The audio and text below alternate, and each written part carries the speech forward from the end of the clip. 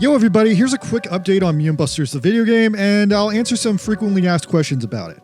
So yeah, recently I've been developing a Mutant Busters video game project, and it's kind of an insane story, so here it is.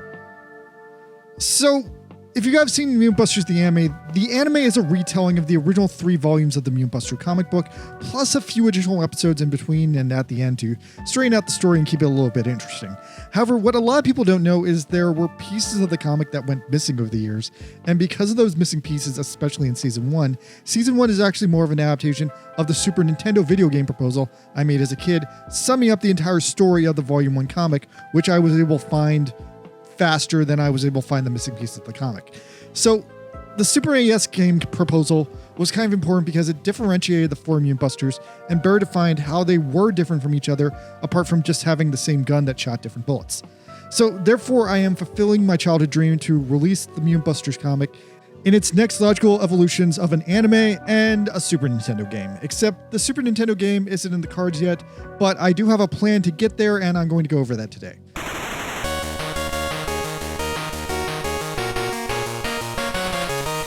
So yeah, in a hilarious twist, I took the original Super Nintendo game proposal, which we adapted into the anime a few years ago, and then this year I started turning it into a real, honest-to-God Game Boy game with updated designs and cutscenes from the anime.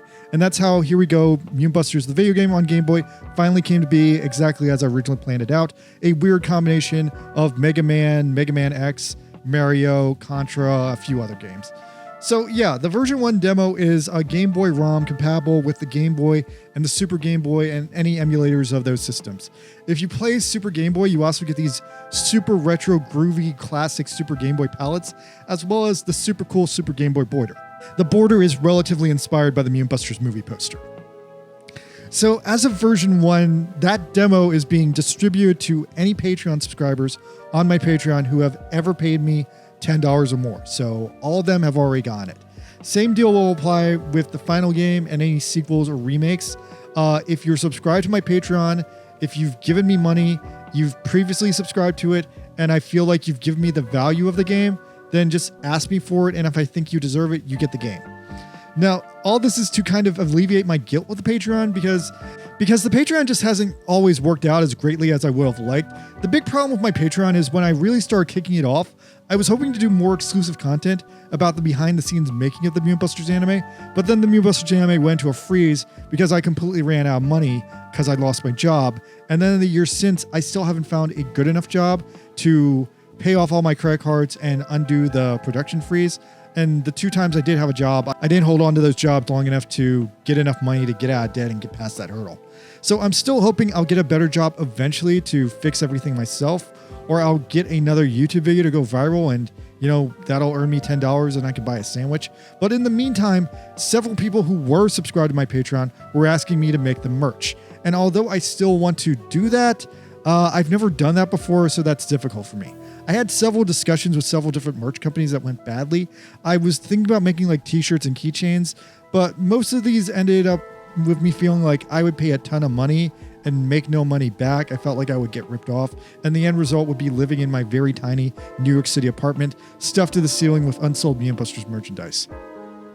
But then I realized I could just make a video game and that wouldn't take up any space in my apartment. So here's the entire plan for the Mutant Busters video game as it currently stands. The Mutant Busters video game right now is being developed on Game Boy, and it's about 50% finished. Even though the demo only contains about stage 1, there's about 3 total stages in various states of not finished.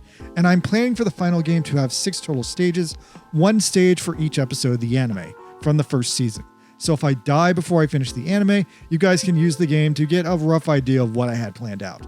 Although at the same time, to as not spoil the anime, the game does change a couple of the large details, which I think will be obvious if you've played the demo and you saw the way that episode 1 was retold, because a lot of things are different about it. I am overall working with a professional game developer named Elvis, who's been doing most of the boss and enemy AI programming, so the game has a total production team of just him and me, and yeah, we're a good duo. I like him. I think he's a genius. I think we can be finished with the entire Game Boy game by the end of the year, start of next year, and the production budget for the Game Boy game is actually very small, so it's not like I'm wasting money doing this. Now, as for the physical release, as far as the physical cartridge release is concerned, I want to do that. I just currently don't know how I will do it. There was one cartridge publisher I looked into working with who would be able to provide me with a full commercial quality release, but they're also kind of assholes and they want to take 100% of the money they earn from the release. So that kind of completely negates my plans to use the profit of the game to help pay for the anime. I'm kind of like stuck figuring out how I can self-publish it, and I currently don't know how to do that. If anyone knows anything about publishing Game Boy games, reach out to me. I also think there's a way I can get published on the Nintendo Switch digital storefront. I just also don't know how to do that either. So that's another thing I would have to figure out. But yeah, those are the two like pathways, either digitally distributing it directly through Nintendo consoles or figuring out how to bootleg a homebrew cartridge and sell that literally. Anyway, so then when the game is done, it's not done because after I finish the Game Boy version, I have a whole bunch of ports planned. So here's what's up with the other versions and upgrades. The first port is going to be the Game Boy Color version, which this version is already sort of in the planning stages and is starting to exist as it is being developed side by side with the Game Boy version. And if there is a physical release, it's more than likely that the physical release would be the Game Boy Color version, not the Game Boy version, just because I think the color version would sell better. And technically the color version has both games, depending on like what you slot it into. They technically both fit on the same cartridge. So I can definitely promise the Game Boy Color version will come out sometime after the standard Game Boy version is finished. But then still after that, I still need to finish the Game Boy version first, because then in classic 90s fashion, I plan to port the Game Boy game onto the NES. And I fully believe right now I can pull that off. I think I have everything I need hardware-wise, and I'm super excited to try it, but I can't try it until the game is actually 100% done. But I am very confident right now that I can make that happen and that I can port the Game Boy game to the NES when it's finished. Then theoretically, if I have an NES version of the game, after that, I know a guy who has his own like way of porting NES games to Super NES. And if I can work with that guy, I can get running on the Super NES. And then the last final step would be to hack in and update the graphics from 8-bit to 16-bit. And then we have a whole Mario All-Stars experience. And so, yeah, that is the entire crazy development cycle of the game right now, which I'm actually super happy with. Honestly, I'm just super happy we've gone as far as we got. I have a video game and it runs on the Super Game Boy. That is, in my view, close enough to my childhood dream that there is a Mutant Busters game you can play on the Super Nintendo. So for that alone, I am super satisfied. God, the Super Game Boy is the coolest gaming system gimmick in history. So yeah, that's the deal right now with Mutant Busters, the video game. It's definitely happening. I can definitely promise it will be done within the year. And as it currently stands, I'm not planning on directly selling it, but I'm interested in directly selling it. I just don't know how to facilitate that. But in the meantime, if you subscribe to the Patreon, I will give it to you.